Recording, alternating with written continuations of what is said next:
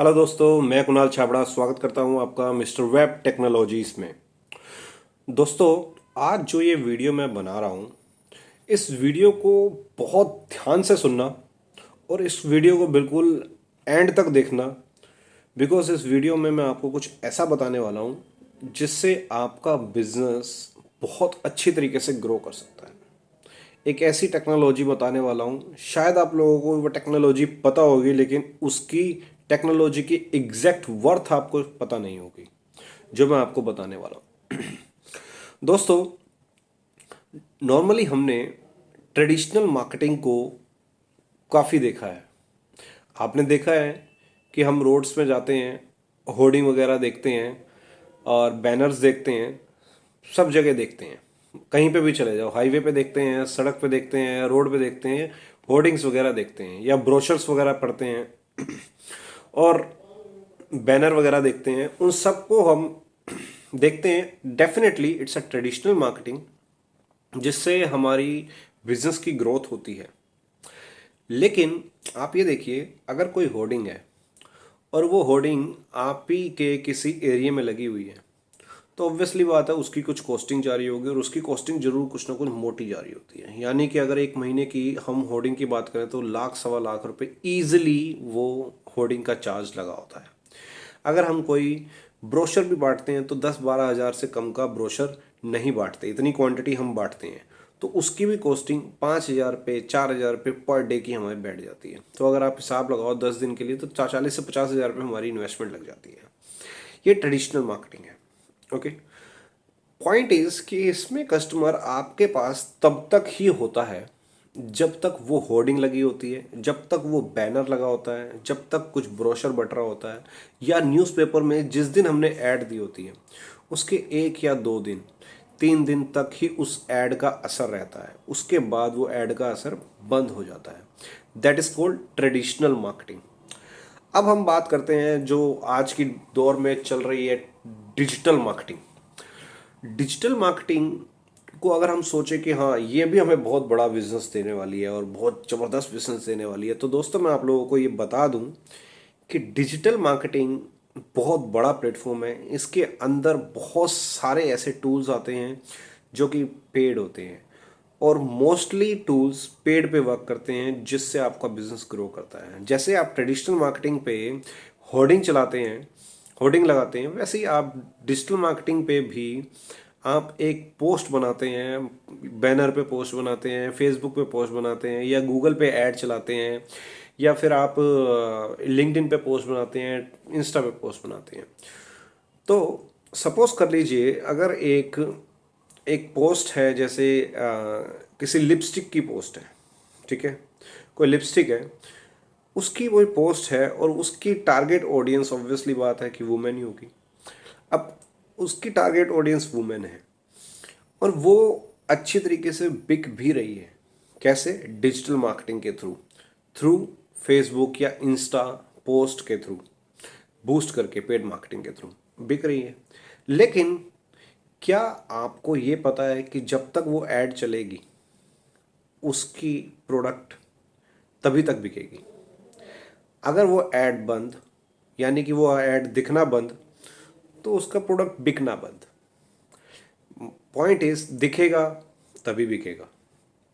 अगर आप आज ऐड चला रहे हैं तो आपके डेली के 200 रुपीज़, 300 रुपीज़, 1000 रुपीज़, 1500 रुपीज़ आपके लग रहे हैं, उस हिसाब से आपके पास सेल आ रही है डेफिनेटली।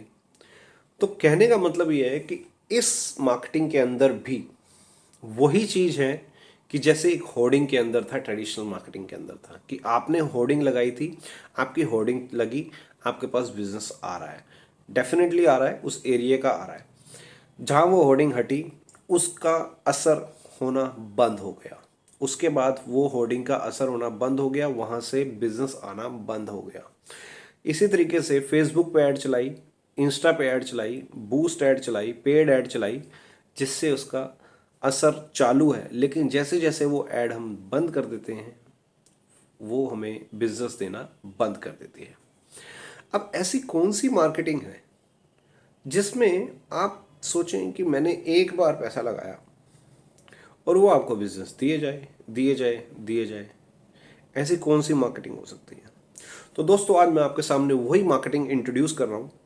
वो मार्केटिंग होती है इन्फ्लुएंसर मार्केटिंग। आप सोचिए इन्फ्लुएंसर मार्केटिंग एग्जैक्टली है क्या? इन्फ्लुएंसर मार्केटिंग वो होती है जैसे कि आप यूट्यूब पे बहुत सारे ऐसे यूट्यूबर देखते हैं जिनके काफ़ी सारे सब्सक्राइबर्स होते हैं, मिलियंस में सब्सक्राइबर्स होते हैं, लाख, 10 लाख, 20 लाख, 50 लाख सब्सक्राइबर्स होते हैं। उनकी डेली वीडियोस पे उनकी डेली वीडियोस पे कम से कम ना करते करते 50,000 व्यूज़ आते हैं, 60,000 व्यूज़ आते हैं। अब इनकी कोई भी वीडियो उठा के देख लो, आज की डेट में अगर आपको जो व्यूज़ उस डेट पे मिलेंगे तो आप परसों या कल और दोबारा उठा के देखना, उसी के व्यूज़ वो चेंज हुए पड़े होंगे। फिर आप 10 दिन बाद देखना, उसके व्यूज़ और बड़े मिलेंगे आपको। फिर 20 दिन बाद देखेंगे तो और बड़े मिलेंगे आपको। तो व्यूज़ धीरे धीरे धीरे धीरे धीरे इंक्रीज करते रहते हैं। अब आप सोचिए, जो ये इन्फ्लुएंसर होते हैं ये करते क्या हैं? ये किसी भी प्रोडक्ट को, उसके बारे में, उसकी डीपनेस को बताते हैं, उस प्रोडक्ट की क्वालिटी बताते हैं, उस प्रोडक्ट के फीचर्स बताते हैं। एग्जैक्टली अगर उसी लिपस्टिक को जो होर्डिंग पे लगी हुई थी, अगर कोई इन्फ्लुएंसर यानी कि जो यूट्यूबर है जो सिर्फ कॉस्मेटिक प्रोडक्ट के ऊपर ही वीडियो बनाता है, तो वो अगर एक ऐसी उस लिपस्टिक के बारे में बताए जो लिपस्टिक वो होर्डिंग पे बिक रही थी, तो आपको क्या लगता है कि जिस दिन वो वीडियो बनाएगा उस दिन वो वीडियो बनाते ही उसके अगले दिन से क्या उसकी सेल चालू नहीं होगी? लोग जैसे ही 50,000 लोग देखेंगे तो 50,000 के हिसाब से भी अगर आप 1% पे भी जाते हैं तो 500 लोग उसको खरीदने के लिए खड़े हो जाएंगे। जहां होर्डिंग पे आप लोगों को पता है कि डेली का ट्रैफिक आ रहा है जा रहा है, लेकिन टारगेट ऑडियंस नहीं मिल पा रही है। इसी तरीके से डिजिटल मार्केटिंग में आपने फेसबुक पे ऐड चलाई या इंस्टा पे ऐड चलाई तो आपने उतने पैसे लगाए थे, तभी जाके आपके पास उतना बिजनेस आया था। अगर आप उतनी रेशो के हिसाब से पैसे नहीं लगाते तो आपके पास उतना पैसा नहीं आता।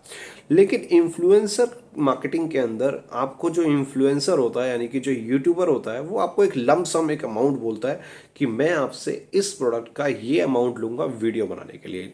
सपोज वो वीडियो बनाने के लिए आपको ₹1,00,000 बोल देता है, सीधा कहता है मैं ₹1,00,000 लूंगा इस लिपस्टिक की वीडियो बनाने के लिए। चलो जी, मान लिया। अब वो लिपस्टिक की जो एग्जैक्ट कॉस्ट है, जो मार्केट प्राइस है, वो है ₹450। उस ₹450 में आपको पता है कि मेरा इसमें ₹200 का मार्जिन है, ₹200 का मार्जिन है। अगर आप ₹200 के मार्जिन के हिसाब से देखें तो उसके पहले दिन ही 50,000 व्यूज़ आ जाते हैं, जिसमें से 500 लिपस्टिक उसकी बिक जाती है। 500 के हिसाब से 50,000, तो पहले दिन ही आपके पास पैसे आ जाते हैं। यानी कि ₹100 मार्जिन के हिसाब से अगर आप 500 को देखेंगे तो 50,000 रुपये आपके पास पहले ही प्रॉफिट आ गया है। अंडरस्टैंड कर रहे हैं इस पॉइंट को? फिर उसके बाद अगले दिन फिर व्यूज़ बढ़ते हैं, उसके बाद फिर व्यूज़ बढ़ते हैं। आपने एक दिन उसको ₹1,00,000 दिया था, लेकिन वो आपको उसी का बिजनेस, उसी लिपस्टिक का बिजनेस, उसी लिपस्टिक की वीडियो को एक बना के आपको ₹10,00,000, ₹20,00,000 का बिजनेस दे सकता है, सिर्फ एक ही इन्फ्लुएंसर। क्योंकि हमें सिर्फ ये देखना होता है कि हमारा प्रोडक्ट क्या है और उस प्रोडक्ट से रिलेटेड नेट पे, यूट्यूब पे वो कौन सा ऐसा इन्फ्लुएंसर है जो कि हमारे प्रोडक्ट को इन्फ्लुएंस कर सकता है, कहीं ना कहीं लोगों के सामने शो कर सकता है, प्रेजेंट कर सकता है, एक तरीके से स्केलेबल कर सकता है, उसकी विजिबिलिटी बढ़ा सकता है। कैसे कर सकता है? वो कौन सा इन्फ्लुएंसर है, हमें सिर्फ वो सर्च करना होता है। और आपको ऐसा अगर कुछ सर्च करना है तो ऐसी बहुत सारी साइट है, जिसमें से एक साइट को मैं आपको नाम बताऊंगा, influencer.com। अब वहाँ जाइए, आपको बहुत सारे इन्फ्लुएंसर मिलेंगे। आपको प्रॉपर आपके बिजनेस के नीश के हिसाब से ही आपको इन्फ्लुएंसर वहाँ पे मिलेंगे, जिसमें आप चूज कर सकते हैं। तो उस इन्फ्लुएंसर को आप जाके कांटेक्ट करेंगे। अब नॉर्मली इन्फ्लुएंसर को कांटेक्ट कैसे किया जाता है? इन्फ्लुएंसर को जाके उसके यूट्यूब चैनल पे जाके उसकी मेल आईडी देखी जाती है, या उसके लिंक्डइन प्रोफाइल में जाके उसका कांटेक्ट एड्रेस या सब कुछ प्रोफाइल देखी जाती है, या फेसबुक के थ्रू निकाली जाती है। क्योंकि ये डायरेक्ट कभी भी अपना यूट्यूब पे ज़्यादातर नंबर नहीं छोड़ते हैं। अगर ये नंबर छोड़ेंगे तो इनको बहुत सारे लोग परेशान करेंगे और बहुत सारी कॉल्स इनके पास आएंगे, जिससे ये हैंडल नहीं कर सकते।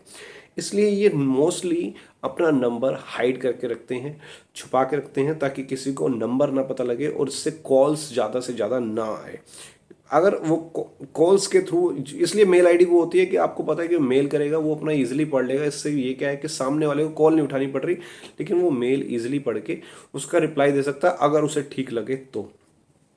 दूसरा, कमेंट बॉक्स के अंदर जाके भी आप उससे अप्रोच कर सकते हैं।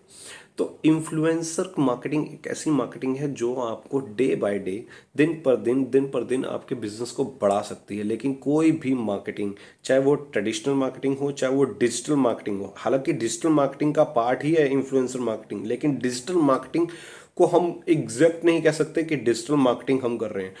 लेकिन डिजिटल मार्केटिंग के अंदर बहुत सारे पैटर्न्स आ जाते हैं ना, इसलिए इसलिए मैं डिजिटल मार्केटिंग में से सिर्फ एक आपको इन्फ्लुएंसर मार्केटिंग समझाना चाह रहा था कि इन्फ्लुएंसर मार्केटिंग से हम कितना बिजनेस जनरेट कर सकते हैं।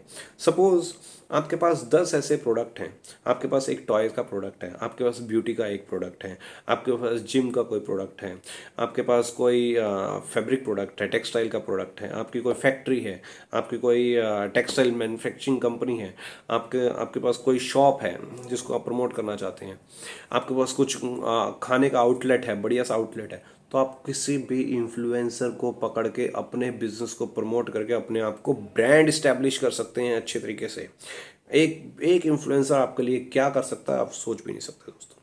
तो दोस्तों, अगर ये वीडियो आपको अच्छी लगी तो प्लीज़ इस चैनल को सब्सक्राइब कीजिएगा, इस वीडियो को लाइक कीजिएगा, ज़्यादा से ज़्यादा इस वीडियो को शेयर कीजिएगा, अपने दोस्तों के साथ इसको शेयर कीजिएगा।